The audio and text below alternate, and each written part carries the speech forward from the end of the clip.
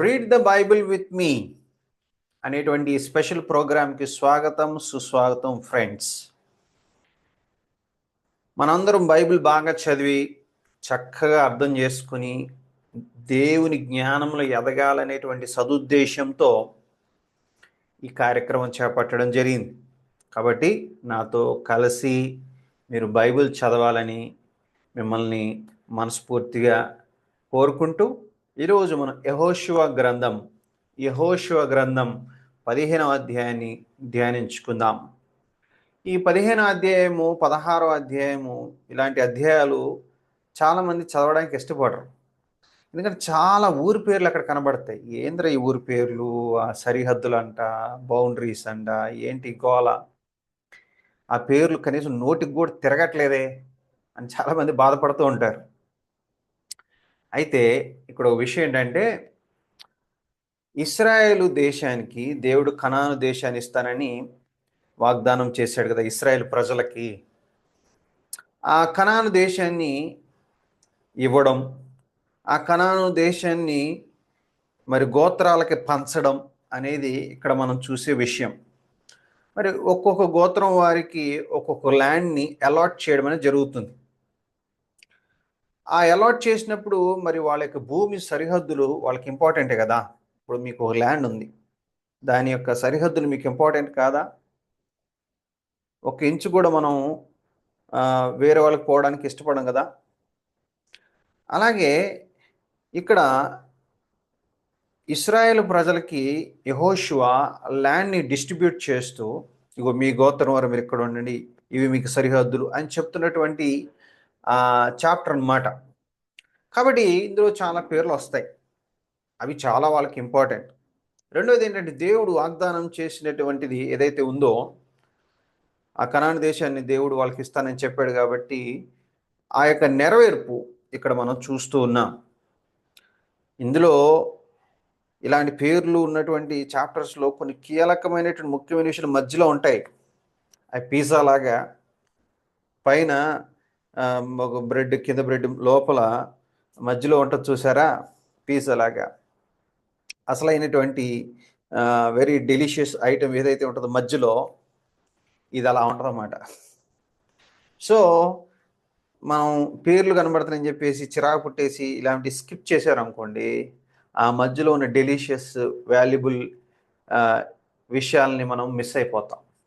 కాబట్టి ఆ మిస్టేక్ ఎప్పుడు చేయొద్దు. మీరు ఖచ్చితంగా చదవాలి. మీరు చదివితేనే అందులో అక్కడక్కడ దాగున్న ఆణిముత్యాలు మనకు దొరుకుతాయి. ఈరోజు కాలేబు సంబంధించిన ఒక ఆణిముత్యం, కాలేబు డాటర్కి సంబంధించిన ఆణిముత్యం, కాలేబు అల్లుడు సంబంధించిన ఆణిముత్యాలు ఇందులో ఉన్నాయి. ఇది మీరు ఆ పేర్లు చూసి భయపడి చదవకపోయారనుకోండి, అవి మీరు మిస్ అయిపోతారు. అవి చూసేద్దామా?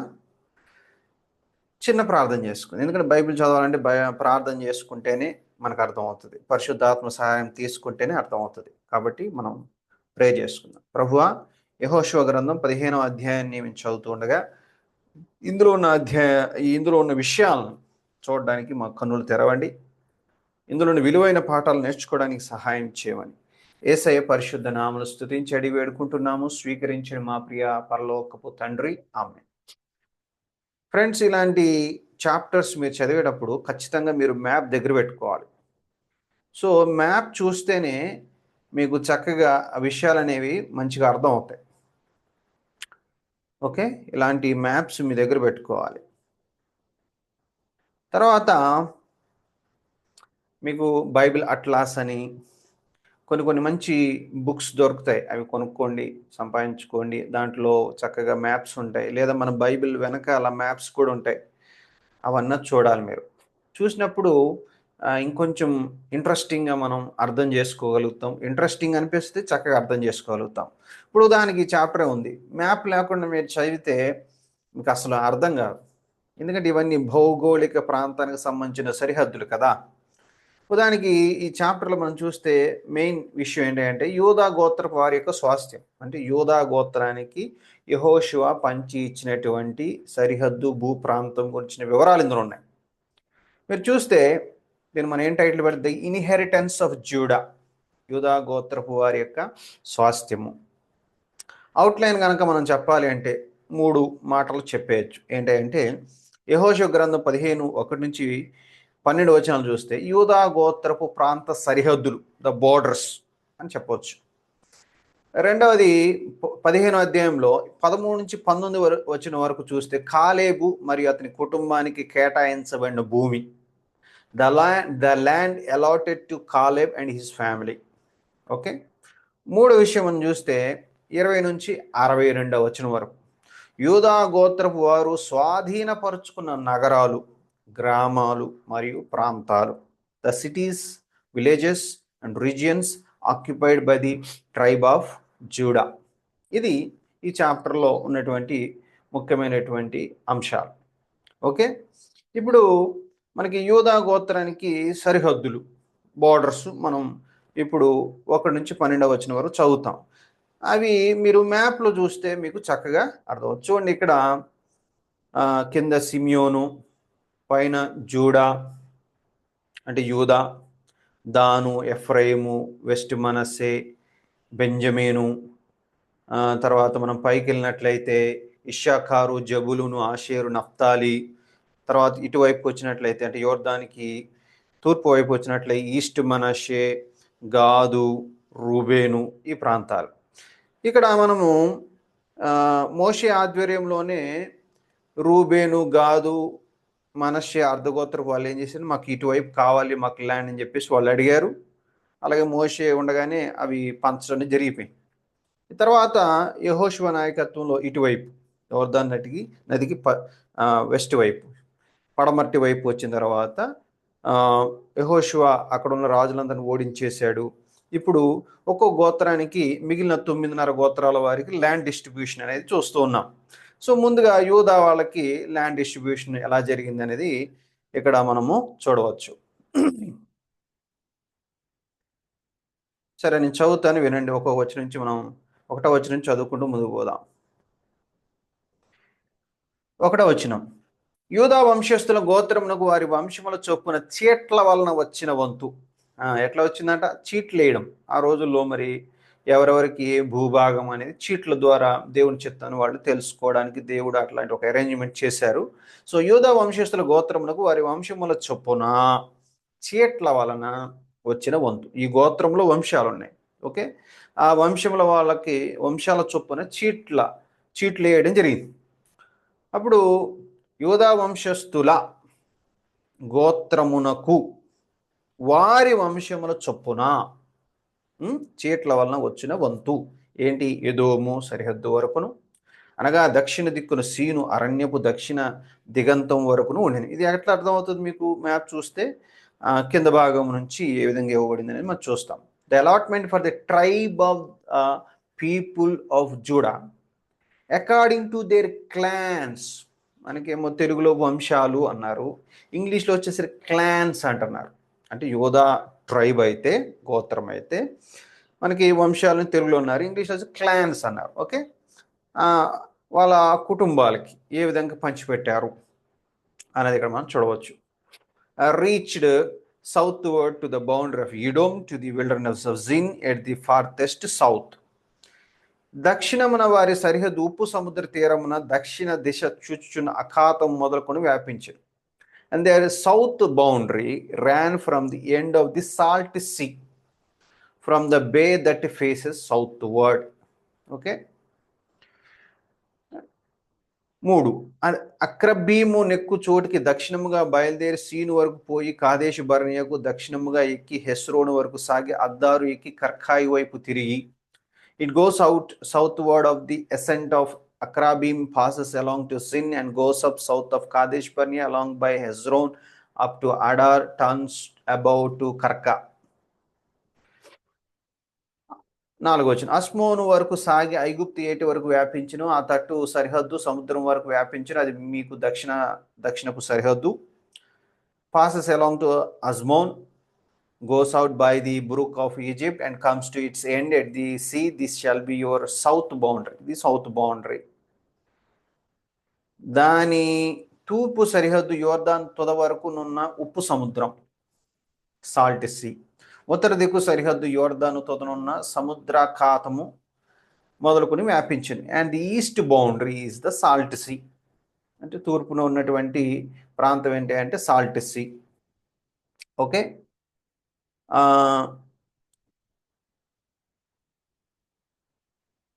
To the mouth of the Jordan and the boundary on the north side runs from the bay of the sea at the mouth of the Jordan.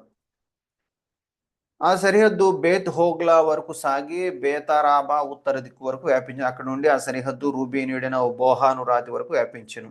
And the boundary goes up to Beth Hoglah and passes along north of Beth Arabah and the boundary goes up to the stone of Bohan the son of Reuben. తర్వాత 7వ వచనం. ఆ సరిహద్దు ఆకోరు లోయ నుండి దెబీరు వరకును ఏటికి దక్షిణ తీరమునున్న అదుమ్మీము నెక్కు చోటికి ఎదురుగానున్న గిల్గాలునకు అభిముఖముగా ఉత్తర దిక్కు వైపునకు వ్యాపించెను. ఆ సరిహద్దు ఏన్ షేమేషు నేల వరకు వ్యాపించి దాని కొన ఏన్ రోగేలు నొద్ద నుండాను. ఇంగ్లీష్లో కూడా అదే పేర్లే కాబట్టి పెద్దగా మనం వాటి మరలా పర్టికులర్ చావాల్సిన అవసరం లేదు. ఆ సరిహద్దు పడమట బెన్ హిన్నోము లోయ మార్గముగా దక్షిణ దిక్కున యబూసీయుల దేశం వరకు అనగా యెరూషలేం వరకు నెక్కిను. ఆ సరిహద్దు పడమట హిన్నోము లోయకు ఎదురుగానున్న కొండ నడికొప్పు వరకు వ్యాపించును. అది ఉత్తర దిక్కున రెఫాయిల్ లోయ తొదనున్నది. 9. ఆ సరిహద్దు ఆ కొండ నడికొప్పు నుండి నెఫ్తోయ నీళ్ల యూట యుద్ధ నుండి ఎఫ్రోను కొండ పొరముల వరకు వ్యాపించును. ఆ సరిహద్దు కిరియత్యారీమను బాలా వరకు సాగెను. ఆ సరిహద్దు పడమరగా బాలా నుండి షెయీరు కొండకు వంపుగా సాగి కేసాలోనను యారీము కొండ యొక్క ఉత్తరపు వైపునకు దాటి బెత్షెమెషు వరకు దిగి తిమ్నా వైపునకు వ్యాపించెను. 11. ఉత్తర దిక్కున సరిహద్దు ఎక్రోను వరకు సాగి అక్కడి నుండి నా సరిహద్దు షిక్రోను వరకును పోయి బాలా కొండను దాటి యబ్నేయేలు వరకును ఆ సరిహద్దు సముద్రం వరకును వ్యాపించెను. పడమటి సరిహద్దు గొప్ప సముద్రపు సరిహద్దు వరకు వ్యాపించెను. యూదా సంతతి వారి వంశముల చొప్పున వారి సరిహద్దు ఇదే. సో ఇక్కడ వరకు కూడా మనం ఏం చూస్తామంటే and the west boundary was the great sea with its coast line. This is the boundary around the people of Judah according to their clans. ఇప్పుడు వరకు మనం చూసింది ఏంటి? ఈ యొక్క యూదా ప్రాంతానికి సంబంధించినటువంటి ఆ యొక్క సరిహద్దును చూసాం. సరిహద్దుల్ని మనం చూడడం జరిగింది. సో ఇక్కడ మీరు చూస్తే యూదా కనబడుతుంది కదా లైట్ గ్రీన్ కలర్లో. ఇప్పుడు దాకా మనం చదివిన పేర్లు అన్నీ కూడా అంటే అక్కడ కనబడతాయి. అవన్నీ కూడా బౌండరీస్ మనం చూస్తూ ఉన్నాం. ఓకే. డెడ్ సీ, తర్వాత ఇటువైపు చూస్తే మనకి కింద సిమియోను పచ్చ గ్రీన్ ఉందిగా, థిక్ గ్రీను, అది వేరే గోత్రం. దాని పైనుండి పైన ఆరెంజ్ కలర్ దాని కింద ఉన్నదంతా కూడా యూదా. ఇటువైపు పోతే బెంజమైను కింద ఉన్నదంతా యూదా. ఇటు చూస్తే డెడ్ సీ. ఇట్లా ఆ బౌండరీస్ పేర్లని ఇప్పుడు దాకా మనం చదువుకున్నది ఏంటంటే ఆ బౌండరీస్లో ఉన్నటువంటి పేర్లు. ఓకే. అంటే అదంతా ఆ ఏరియా వరకు యూదా గోత్రానికి దేవుడు ఇవ్వడం జరిగింది. అది విషయం. ఇకపోతే మనం ముందుకెళ్తే 13వ వచనం నుంచి ఉన్న విషయాలు ఏంటో చూద్దాం.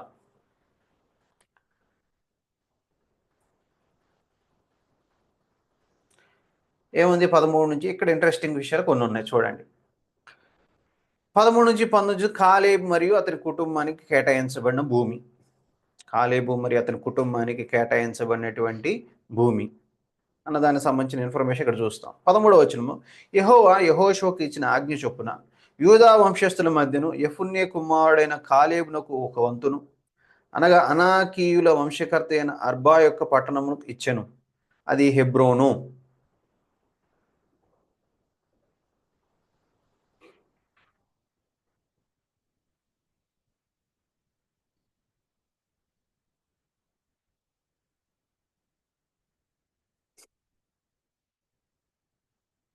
ఓకే.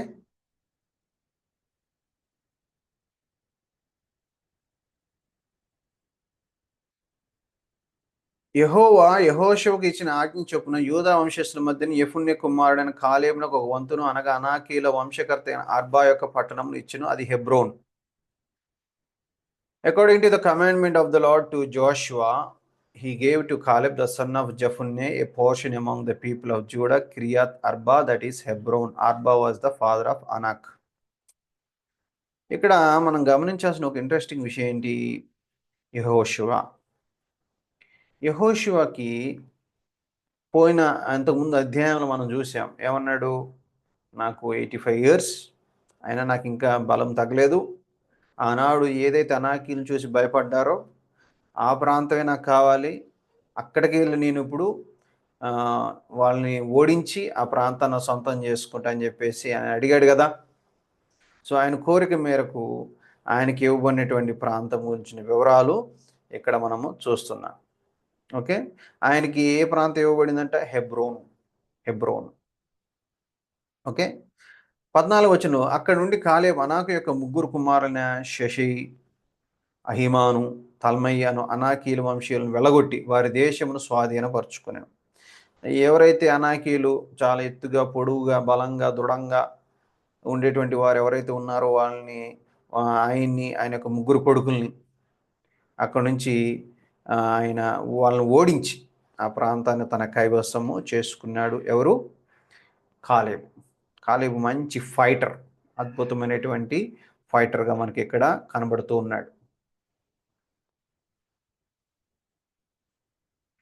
ఓకే,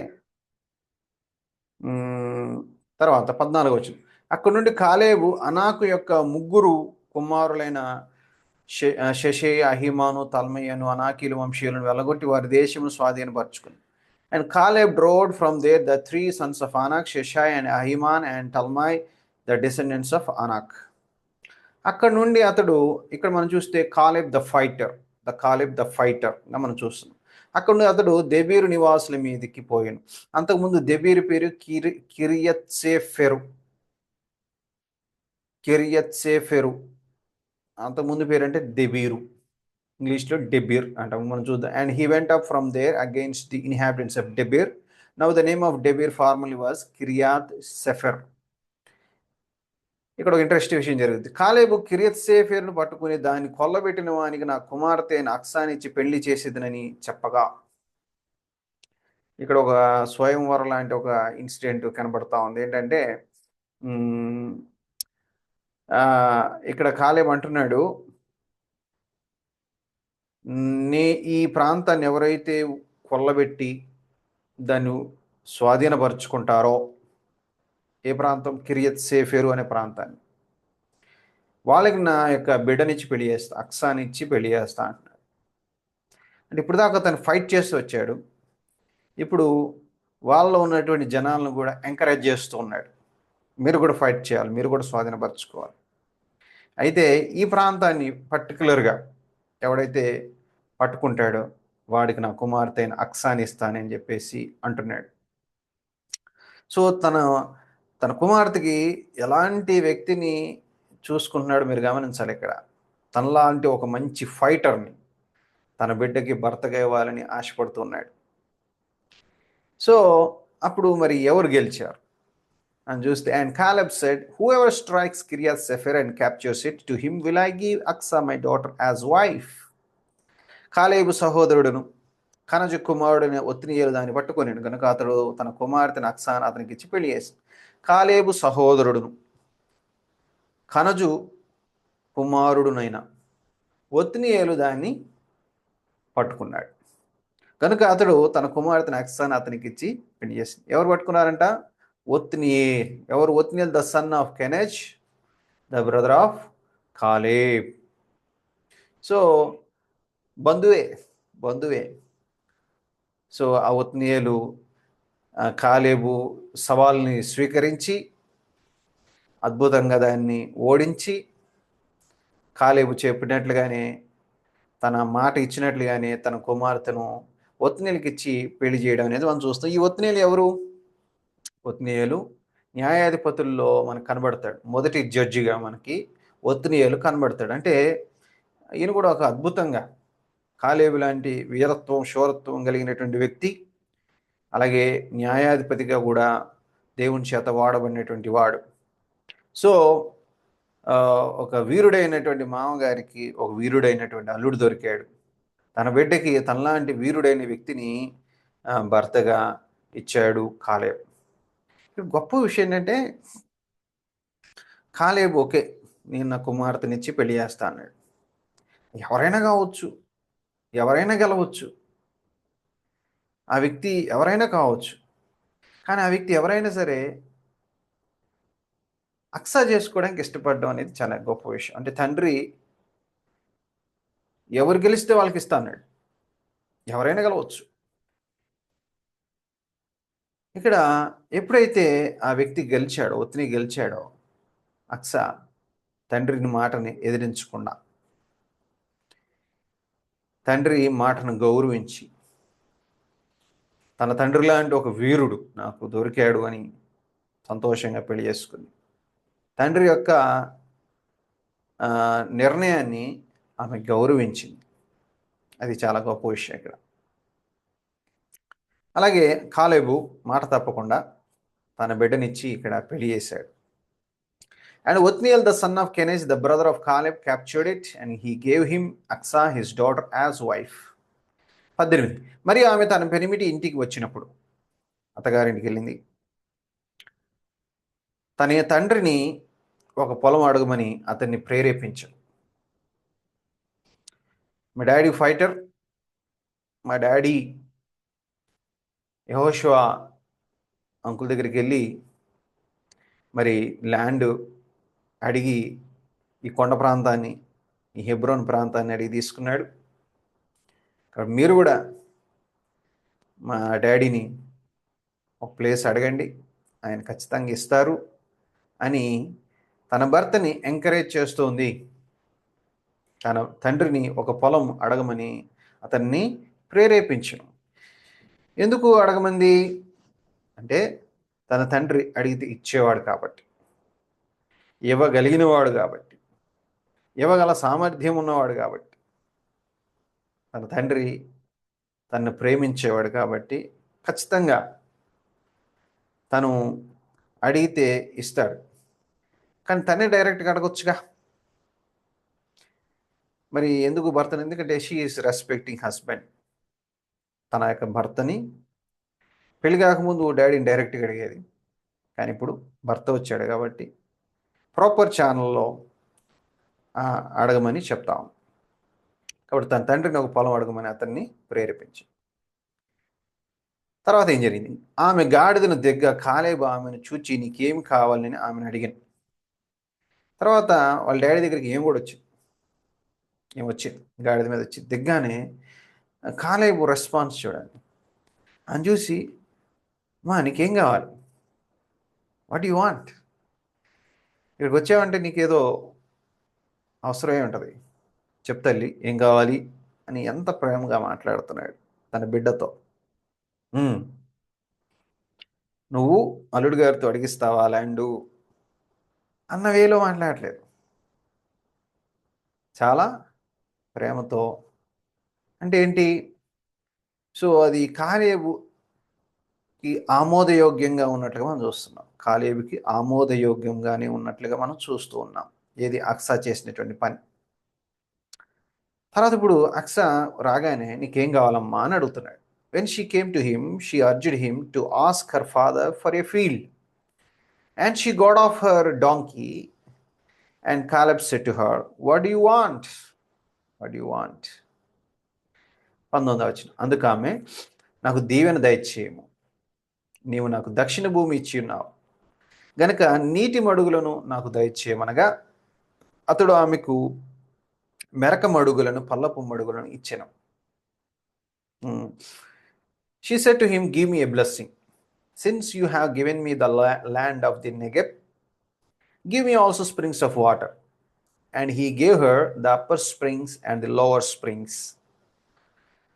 ఇక్కడ డాడీ అనేటువంటి కాలేబు చాలా చక్కగా అడుగుతున్నాడు ప్రేమతో.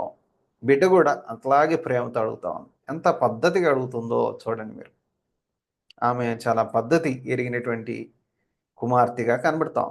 ఏమంటుందంటే, డాడీ నాకు దీవెన దయచేయము, గివ్ మీ బ్లెస్సింగ్, నీ ఆశీర్వాదం కోసం వచ్చిన, నీ బ్లెస్సింగ్ కోసం వచ్చిన నాన్న అని చెప్పేసి అంటుంది.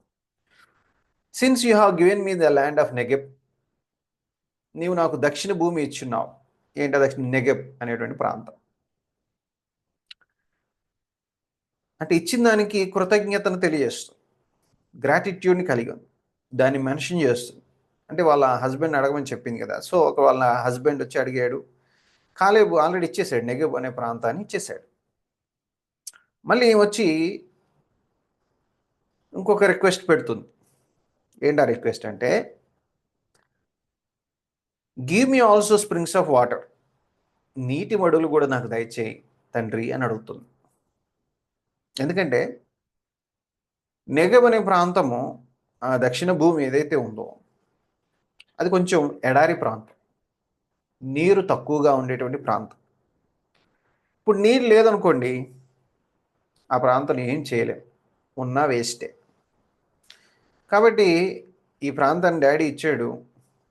అలాగే దాని దగ్గరలో నీటి మడుగులు కూడా ఉన్నాయి కాబట్టి అవి ఇస్తే మనం చక్కగా వ్యవసాయం చేసుకుని పంటలు పండించుకొని మనము సుఖంగా బ్రతకవచ్చు.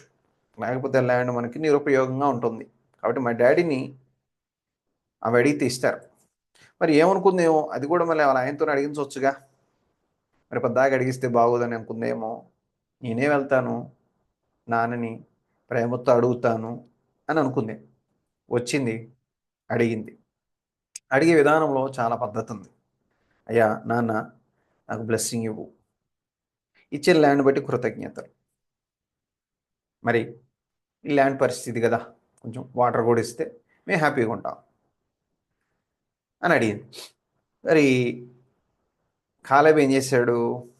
కాలేబ్ ఏం చేశాడంటే, ఈ gave her the upper springs and the lower springs, రెండు ఇచ్చేశాడు. మెరక మడుగులు ఇచ్చేశాడు, పల్లపు మడుగుల్ని కూడా ఇచ్చేశాడు, నీటి మడుగుల్ని. ఒకటి ఈయన రెండు ఇచ్చాడు. That is the heart of the father. అది తండ్రి యొక్క హృదయం. ఇక్కడ మర్యాదస్తురాలైన కుమార్తె, ప్రేమ కలిగినటువంటి తండ్రి, పద్ధతి కలిగిన కుటుంబంగా మనకి ఇక్కడ వాళ్ళు కనబడుతున్నారు. So nice to see this beautiful relationship between father and daughter. So Caleb the fighter మనం చూసి ఎంతకుముందు వచ్చిన, ఇప్పుడు కాలేబ్ ద ఫాదర్, ఆ విషయాన్ని ఇక్కడ మనం చూస్తున్నాం. సో ఇట్స్ బ్యూటిఫుల్ కదా. ఆ పేర్లు చదివేసుకుని మీరు ఆగిపోయారు అనుకోండి, ఈ బ్యూటిఫుల్ లెసన్ని మీరు మిస్ అవుతారు. అందుకే మనం ఖచ్చితంగా అన్నీ చదవాల్సిందే. చదివితేనే ఈ జ్యువెల్స్, ఈ డైమండ్స్, ఈ వాల్యుబుల్ లెసన్స్ మనకు దొరుకుతాయి. సరే, మూడో భాగానికి వెళ్ళిపోదాం. 15వ అధ్యాయం 20 నుంచి 62 వచనాలు. ఇవన్నీ చాలా పేర్లు, ముఖ్యంగా ఆ ప్రాంతంలో యూద గోత్రపు వారు స్వాధీనపరుచుకున్న నగరాలు, గ్రామాలు, ప్రాంతాలు ఉంటాయి. కాబట్టి ఇంగ్లీష్ టు తెలుగులో కాకుండా ఓన్లీ నేను తెలుగులో చదివేస్తాను, ఎందుకంటే ఇంగ్లీష్లో కూడా ఏ పేర్లు ఉంటాయి కాబట్టి మనం టైం సేవ్ చేయడానికి తెలుగులో చదువుతాను నేను. యూదా వంశస్థుల గోత్రములకు వారి వారి వారి వంశముల చొప్పున కలిగిన స్వాస్థ్యం ఇది.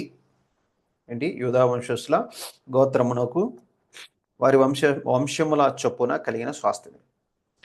This is the inheritance of the tribe of the people of Judah according to their clans. దక్షిణ దిక్కున ఎదోము సరిహద్దు వరకు యూదా వంశస్థుల గోత్రం యొక్క పట్టణం ఏవేవనగా కప్సియేలు, ఏదేరు, యాగూరు, కీనాది, మోన, ఆదాద, కెదెషు, హాసోరు, ఇత్నాను, జీఫు, తెలెము, బెయాలోతు, క్రొత్తహాసోరు, కెరియోతు, హెస్రోను అనబడిన హాసోరు, అమాము, షేమ, మొలాద, అసర్గద్గా,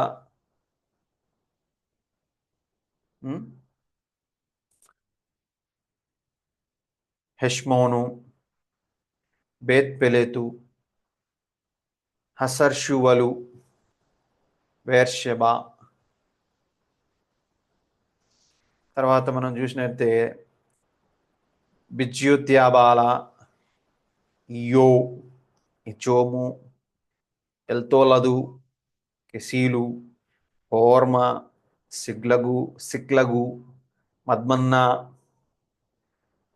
సన్సన్న, హెబాయోతు, షిలిహీము, అయీను, రిమ్మోను అనున్నవి.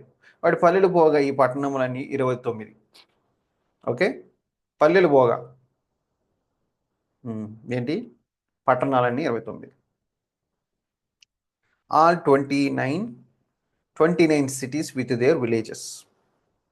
మైదానంలో ఏవనగా ఎస్తాయోలు, జొరియా, అష్నా, జానోహా,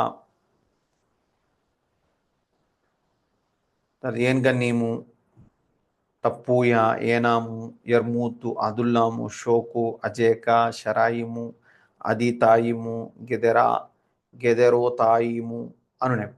వాటి పల్లెలు పోగా 14 పట్టణాలు, 14 cities, 14 cities with their villages. తర్వాత సెనాను, హదాషా, మిగ్దోలాదు, దిలాను, మిస్పే, ఒక్తయేలు, లాకీషు, బొస్కతు, ఎగ్లోను, కబ్బోను, లహ్మసు, కిత్లీషు, గెదెరోతు, తర్వాత ఏముంది, బేద్గాదోను, నయామా, మక్కేదా అనునవి వాటి పల్లెలు పోగా 16 పట్టణములు. ఓకే. లెబ్నా, ఇక్కడ ఎన్ని పట్టణాలు, వాటి పల్లెలు పోగా 16 పట్టణాలు. 16 అంటే 16, 16. లిబ్నా, ఎతెరు, ఆషాను, ఇఫ్తా, తర్వాత అష్నా, నెసీబు, కీలా, అజ్జీబు, మారేష్ అనేవి వాటి పల్లెలు పోగా 9 పట్టణాలు. ఓకే. ఎక్రోను దాని గ్రాములను, పల్లెలను, 9 సిటీస్ విత్ దేర్ విలేజెస్. తర్వాత ఎక్రోను మొదలుకొని సముద్రం వరకు అష్టోదు ప్రాంతమంతయు, దాని పట్టణమును, గ్రామమును, ఐగుప్తు ఏటి వరకు పెద్ద సముద్రం వరకును, అష్టోదును, గాజాను వాటి ప్రాంతము వరకును, వాటి గ్రామమును, పల్లెలను, తర్వాత మన్య ప్రదేశము, షామీరు, యత్తీరు, షోకోదన్న, కిరియత్సన్నా అను, దెబీరు, అనాబు, ఎస్టెమో, అనీము, గోషేను, హోలోను, గిలో అనునవి వాటి గ్రామములు పోగా 11 పట్టణములు, 11 cities with their villages. Arab, Dumah, Eshan, Janim, ఆరాబు, దుమా, ఏషాను, యానిము, బేత్ తపూయా, అఫేకా, హుమ్తా, కిరియతర్బా అను, హెబ్రోను, కిరియతర్బాను, హెబ్రోను, సియోరు అనునవి వాటి పల్లెలు పోగా 9 పట్టణం. సో హెబ్రోను ఇందులో ఉంది. తర్వాత మాయోను, కర్మేలు, జీఫు, యుట్ట, యజ్రేలు, యొగ్దెయాము, జానోహ, కయీను, గిబియా, తిమ్న అనునవి వాటి పల్లెలు పోగా 10 పట్టణములు. తర్వాత హల్హూలు, బెత్సూరు, గెదోరు, మారాతు, బెతానోతు, ఎల్తేకోననునవి వాటి పల్లెలు పోగా 6 పట్టణములు. కిరియత్యారి మనగా కిరియత్బయలు, రబ్బానునవి వాటి పల్లెలు పోగా 2 పట్టణములు. ఓకే. తర్వాత అరణ్యమున బేతారాబా, మిద్దీను, సెకాక, నిప్షాను, ఈల్మెలహు, ఎన్గేది అనునవి వాటి పల్లెలు పోగా 6 పట్టణములు. యెరూషలేములో నివసించిన యెబూసీయులను యూదా వంశస్థులు తోలివేయలేకపోయిరి కనుక యెబూసీయులు నేటి వరకు యెరూషలేములో యూదా వంశస్థుల యొద్ద నివసించుచున్నారు. ఇక్కడ మనం చూస్తే యెరూషలేములో నివసించిన యెబూసీయులను యూదా వంశస్థులు తోలివేయలేకపోయిరి కనుక యెబూసీయులు నేటి వరకు యెరూషలేములో యూదా వంశస్థుల యొద్ద నివసించున్నారు. సో ఇక్కడ వీళ్ళు యెబూసీయుల్ని వెళ్ళగొట్టలేకపోవడం అనేది చాలా బాధాకరమైన విషయం. ఎందుకంటే వారు ఎవరైనా కావచ్చు, ఎంత బలవంతులైనా కావచ్చు, ఖచ్చితంగా దేవుడి మీద విశ్వాసంతో వాళ్ళని ఓడించాలి. కానీ ఈ ఒక విషయంలో వీళ్ళు ఓడిపోయినట్లుగా మనము చూస్తూ ఉన్నాం. దావీదు కాలం వచ్చేంత వరకు కూడా ఆ యెబూసీయులు అలా ఉన్నట్లుగా మనం చూస్తాం. యెరూషలేములో నివసించిన యెబూసీయులను యూదా వంశం తోలివేయలేకపోయారు. అదొక్కటి కొంచెం చాలా ఇబ్బందికరమైన విషయం. అదొక్కటి వాళ్ళు చేయలేకపోయారు. చేస్తే బాగుండేది. డెఫినెట్గా వాళ్ళు చేయగలరు. ఎందుకంటే దేవుడు మా వాగ్దానం చేశాడు కదా, ఖచ్చితంగా వాళ్ళు చేయగలరు. కానీ అది చేయకపోవడం బాధాకరం. కనుక యెబూసీయులు నేటి వరకు యెరూషలేములో యూదా వంశస్థుల వద్ద నివసించున్నారు. But the Jebusites, the inhabitants of Jerusalem, the people of Judah could not drive out, so the Jebusites dwell with the people of Judah at Jerusalem to this day. Okay, ఇది ఫ్రెండ్స్ 15th చాప్టర్ కొంచెం పేర్లు చదవడానికి కష్టంగా ఉండొచ్చు, వినటానికి ఇబ్బందిగా ఉండొచ్చు. కానీ మధ్యలో మనం కాలేబు వాళ్ళ డాటర్ వాళ్ళ అల్లుడు ఒత్నియేల్ స్టోరీ చూసాం, ఎంత బాగుంది కదా. సో కాబట్టి మ్, మనము చదవాలి. ఇవి మనకి పేర్లే కానీ వాళ్ళకి చాలా విలువైంది. వాళ్ళకి సరిహద్దు, స్వాస్థ్యం యొక్క సరిహద్దులు ఇవి చాలా ఇంపార్టెంట్. వాళ్ళ ఆస్తి సరిహద్దులు ఇవన్నీ. సో వాళ్ళకి చాలా important. So may God help us. దేవుడి చేత అయితే 16వ అధ్యాయంతో నెక్స్ట్ వీడియోలో కలుసుకుందాం. God bless you all glory to God alone. చిన్న ప్రేయర్ చేసుకుందాం. ప్రభువా, ఈ 15వ అధ్యాయంలో యోధా గోత్రానికి మీరు ప్రాంత సరిహద్దుల్ని ఏర్పరిచారు. చీట్ల వలన వాళ్ళ యొక్క క్లాన్స్కి, వాళ్ళ వంశస్థులకి భూభాగాలు పంచడం జరిగింది. మీరు మీరు మాట ఇచ్చిన ప్రకారం వాళ్ళకి నెరవేర్చడం అనేది మేము ఇక్కడ చూస్తూ ఉన్నాం. తర్వాత కాలేబు ద ఫైటర్ని మేము చూసాం. ఆయన అతి కష్టమైన ప్రాంతాన్ని ఎంచుకున్నాడు. వృద్ధాప్యంలో ఆ యొక్క అనాకీల ప్రాంతాన్ని ఎంచుకుని, ఆ కొండ ప్రాంతాన్ని, హెబ్రోన్ ప్రాంతాన్ని ఎంచుకుని వాళ్ళందరినీ కూడా ఓడించి తన కైవసం చేసుకున్నాడు, స్వాధీనపరుచుకున్నాడు. అలాగే వాళ్ళ డాటర్కి కిరియత్ సెర్ఫేరు దగ్గర ఆ ప్రాంతాన్ని ఎవరైతే స్వాధీనపరుచుకుంటారో వాళ్ళకి నా డాటర్ని ఇచ్చి పెళ్లి చేస్తున్నాడు. తనలాంటి ఒక వీరుణ్ణి, తన భార్య తనలాంటి వీరుణ్ణి తన కూతురికి ఇవ్వాలని ఒక మంచి నిర్ణయం. అట్ ద సేమ్ టైం ఉన్న వాళ్ళని ప్రోత్సహించాలనేటువంటి ఒక గొప్ప విషయం ఆయన చేశాడు. మరి తండ్రి తీసుకున్న నిర్ణయాన్ని కూతురు గౌరవించడం చాలా గొప్ప విషయం. ఎందుకంటే ఎవరైనా గెలవచ్చు, ఆ వ్యక్తి ఎవరైనా కావచ్చు, ఎవరినైనా సరే మరి పెళ్లి చేసుకోవాలి, తండ్రి మాట ఇచ్చాడు. కాబట్టి తండ్రి నిర్ణయాన్ని గౌరవించినటువంటి, అలాగే ఒక వీరుణ్ణి, తన తండ్రి ఎట్లాంటి వీరుడు, తన కాబోయే భర్త కూడా అలాంటి వీరుడు కావాలని ఆమె కోరుకున్నట్లుగా ఆమె యొక్క సమ్మతంలో మాకు అర్థమవుతా ఉంది. తర్వాత ఆమెకి కావాల్సింది అడిగి తన తండ్రి దగ్గర నుంచి ప్రాపర్ వేలో ఫస్ట్ భర్త ద్వారా అడిగించింది. భర్త ద్వారా అడిగినప్పుడు మీరు కాలేబు స్థలం ఇచ్చాడు, నెగెబ్ ప్రాంతాన్ని ఇచ్చాడు, దక్షిణ భూమిని ఇచ్చాడు. కానీ అక్కడ నీటి గుంటలు లేవు, నీటి మడుగులు లేవు అని చెప్పేసి అక్సయ డైరెక్ట్గా వెళ్ళి అడిగింది. అది కూడా చాలా పద్ధతిగా అడిగింది. ఆయన కూడా చాలా ప్రేమగా ఆమెతో మాట్లాడాడు. ఆ కాన్వర్జేషన్, ఆ సీన్ చాలా బాగుంది. సో తండ్రి కూతుల మధ్య బ్యూటిఫుల్ రిలేషన్షిప్ చాలా బాగుంది. ప్రభువా, మా కుటుంబాల్లో కూడా మేము అలాంటి బ్యూటిఫుల్ లవ్లీ రిలేషన్షిప్స్ కలిగి ఉండడానికి సహాయం చేయండి. తర్వాత మరలా వాళ్ళ యొక్క పట్టణాల్లోనూ పల్లెల్లోనూ ఏ విధంగా ప్రాంతాలు సరిహద్దులు ఇవ్వబడ్డాయి, ఏ ప్రాంతాలకు ఇవ్వబడ్డాయి అన్నీ కూడా చూసి, ఇవన్నీ కూడా మీరు ఇచ్చిన మాటకి నెరవేర్పుగా వారు పొందుకున్నారు. నువ్వు వాగ్దానం చేస్తే ఖచ్చితంగా నెరవేర్చే దేవుడు అని అర్థం చేసుకుని మేము స్తుతిస్తూ, మీ వైపు చూస్తూ, మా స్వాస్థ్యం నీవే యేసయ్య, నీలో ఉన్నటువంటి ట్రెజర్స్ని మేము ఎంజాయ్ చేయడం మాకు నేర్పించడం. యేసయ్య పరిశుద్ధ నామమును స్తుతించి అడిగి వేడుకుంటూ స్వీకరించడం మా ప్రియ పరలోకపు తండ్రి. ఆమేన్. Okay friends, God bless you all. All glory to God alone. Amen.